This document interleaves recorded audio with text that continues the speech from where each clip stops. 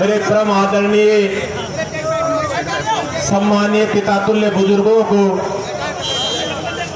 रामस्वरूप कसाना की तरफ से पांव धो, मेरे युवा साथियों को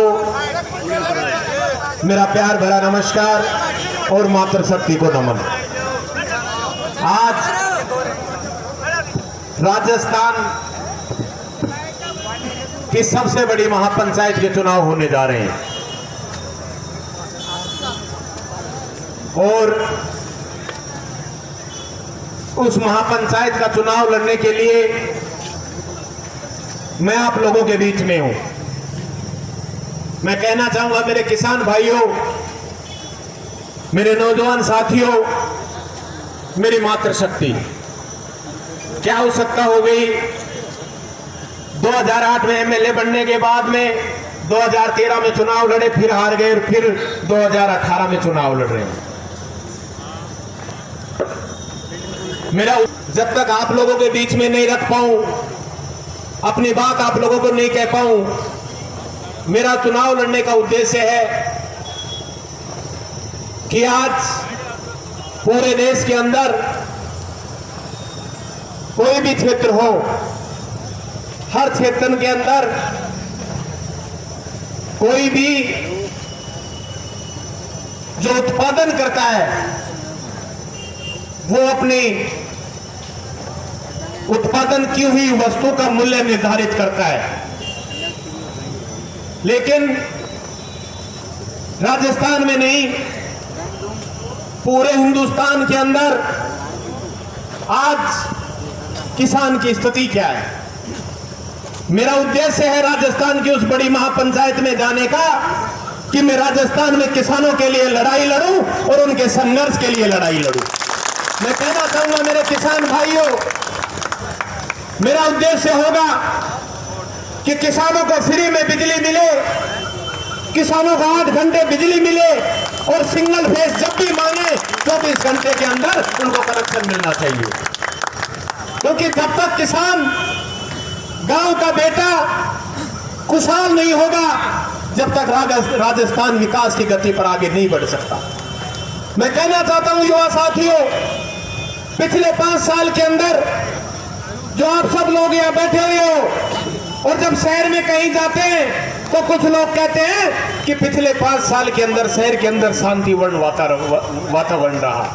हाँ, वातावरण रहा शहर के अंदर शांतिपूर्वक, वातावरण रहा शहर के अंदर शांतिपूर्वक। और कैसा वातावरण रहा कि गांव के अंदर किसान का खून चूसने का काम आपने किया, उसकी हिम्मत नहीं होती थी कि वो 6 महीने तक उठकर खाट से बाहर खड़ा होकर चल सके और खेत में भी जाकर बैठ सके।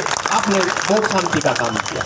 मैं कहना चाहता हूं उन लोगों को जो शांति की बात करते हैं, ये रामस्वरूप कसाना था जिसने 2018 से 2008 से और 2013 तक 5 चौकियां और एक थाने का निर्माण किया और यहाँ थाने के अंदर नफरी बढ़ाई। अगर आप लोग शांति की बात करते हो तो मुझे एक भी नफरी बढ़ाने वाला एक भी व्यक्ति खड़ा होकर बताए कि हमने 5 साल के अंदर ये काम करके दिखाया।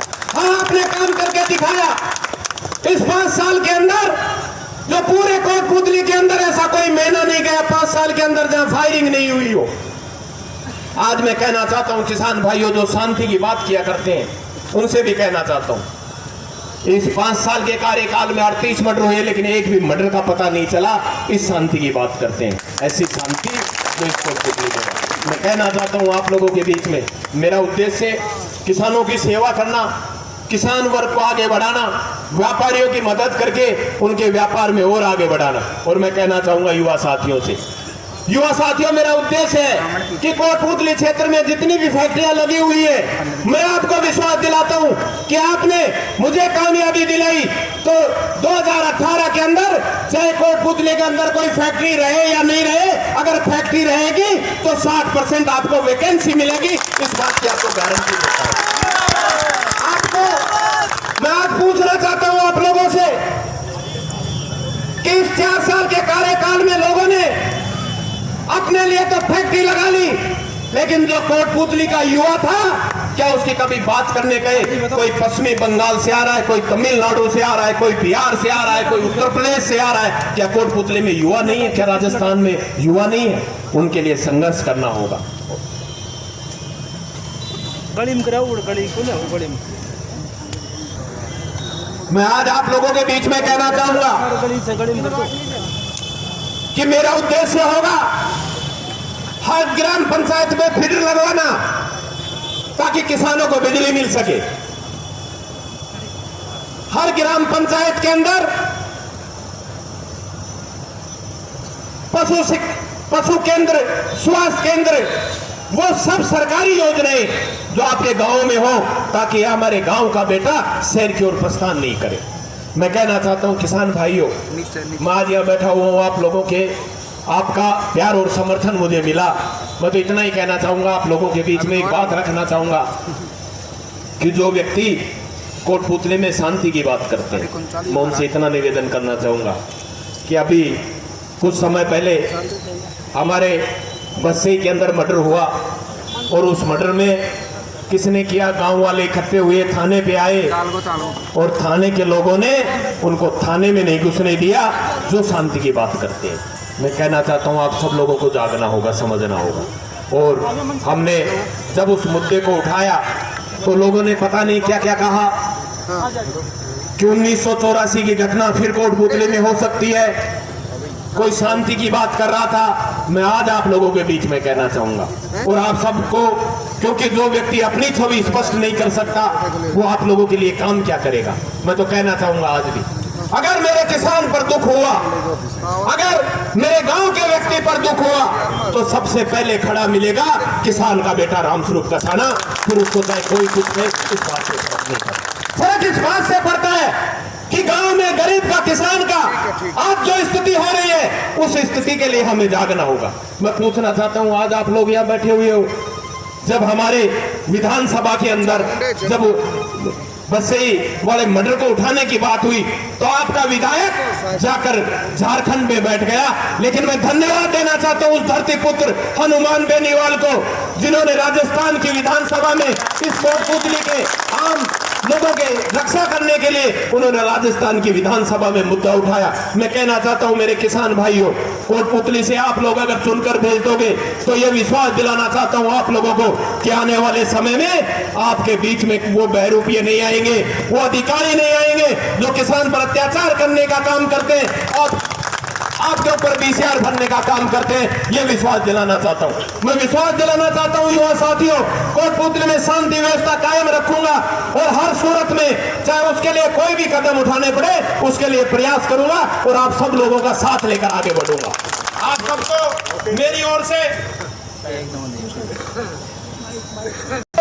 यह विश्वास दिलाना चाहता हूं, चाहे कोटपुतली में सभी व्यापारी वर्ग हो, चाहे और मेरे जो शहर के अंदर रहने वाले नागरिक हो, उनको एक विश्वास दिलाना चाहता हूं। अगर आप लोगों ने मुझे मौका दिया तो यह विश्वास दिलाता हूं कि कोटपुतली में शांति व्यवस्था के लिए यह सदर थाना खुलवाया जाएगा ताकि किसी प्रकार की कोई कमी नहीं रहे और आप लोगों की रक्षा के लिए सदैव हम लोग तत्पर रहेंगे, यह विश्वास दिलाना चाहता हूं।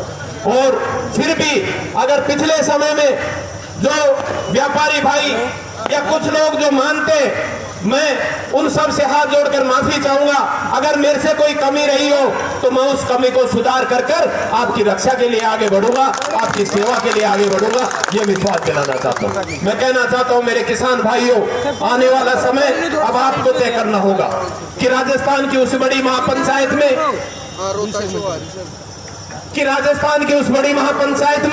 कौन जाए, ये फैसला आप लोगों को करना होगा और आप लोगों को कर गांव-गांव, ढाणे-ढाणे में विकास के लिए आगे बढ़ना होगा।